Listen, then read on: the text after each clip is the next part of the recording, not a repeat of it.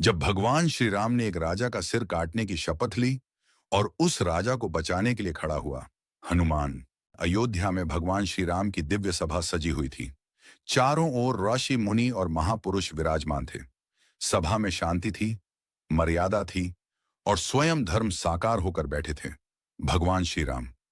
उसी समय राजा प्रतापरुद्र भगवान श्री राम के दर्शन के लिए सभा में जा रहे थे, लेकिन महल के द्वार पर उन्हें मिल गए। देवर्षि नारद। राजन, सभा में जा रहे हो प्रभु के दर्शन के लिए? राजा बोला, हाँ देवर्षि, सौभाग्य मिला है आज। नारद जी ने मुस्कुराते हुए एक और प्रश्न किया, अंदर बड़े बड़े अर्षि बैठे हैं, क्या तुम सबके चरण स्पर्श करोगे? राजा बोला, अर्षियों के चरण स्पर्श करना मेरा धर्म है। फिर नारद जी ने एक ऐसा नाम लिया जो आगे चलकर महाविनाश का कारण बनने वाला था। सभा में अर्षि विश्वामित्र भी हैं, लेकिन वे अलग कुल में जन्मे हैं। उन्हें दूर से ही प्रणाम करना, चरण मत छूना। राजा ने नारद जी की बात को गुरु वचन मान लिया और यहीं से खेल शुरू हो गया। राजा प्रतापरुद्र सभा में पहुंचे। उन्होंने भगवान श्री राम के चरण स्पर्श किए, एक एक कर सभी अर्षियों को प्रणाम किया।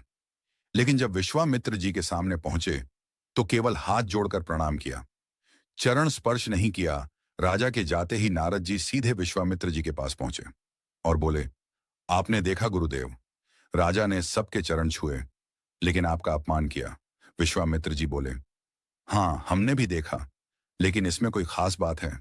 नारद जी बोले, हाँ, प्रतापरुद्र मुझे बाहर मिला था और कह रहा था कि विश्वामित्र जी का कुल अलग है और उनमें बाकी ऋषियों जैसी बात नहीं है। ये बात सुनकर महान तपस्वी विश्वामित्र क्रोध में आ गए। बोले, मेरे अपमान का प्रायश्चित होगा। विश्वामित्र जी भगवान श्री राम के पास पहुंचे और बोले, प्रभु, आपकी सभा में मेरा अपमान हुआ है। भगवान श्री राम बोले, किसने किया है आपका अपमान? विश्वामित्र जी ने सारी बात बताई। ये बात सुनकर श्री राम बोले, आप क्या चाहते हैं गुरुदेव? आज संध्या तक राजा प्रतापरुद्र का सिर मेरे चरणों में होना चाहिए। भगवान श्री राम ने कहा, यदि संध्या तक राजा प्रतापरुद्र का सिर आपके चरणों में न पहुंचा तो मैं रघुवंशी नहीं। और नारद जी मन ही मन मुस्कुरा उठे। नारद जी राजा के महल पहुंचे और राजा से कहा, खा ले जितना खाना है, संध्या तक तेरा अंत निश्चित है। राजा के पैरों तले जमीन खिसक गई। डरते हुए राजा ने पूछा, मेरा अपराध क्या है? नारद जी बोले, तूने महान आर्ष विश्वामित्र जी का अपमान किया है।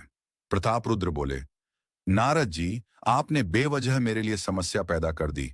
मैं तो विश्वामित्र जी के चरण स्पर्श करना चाहता था, आपने ही मना किया था। नारद जी बोले,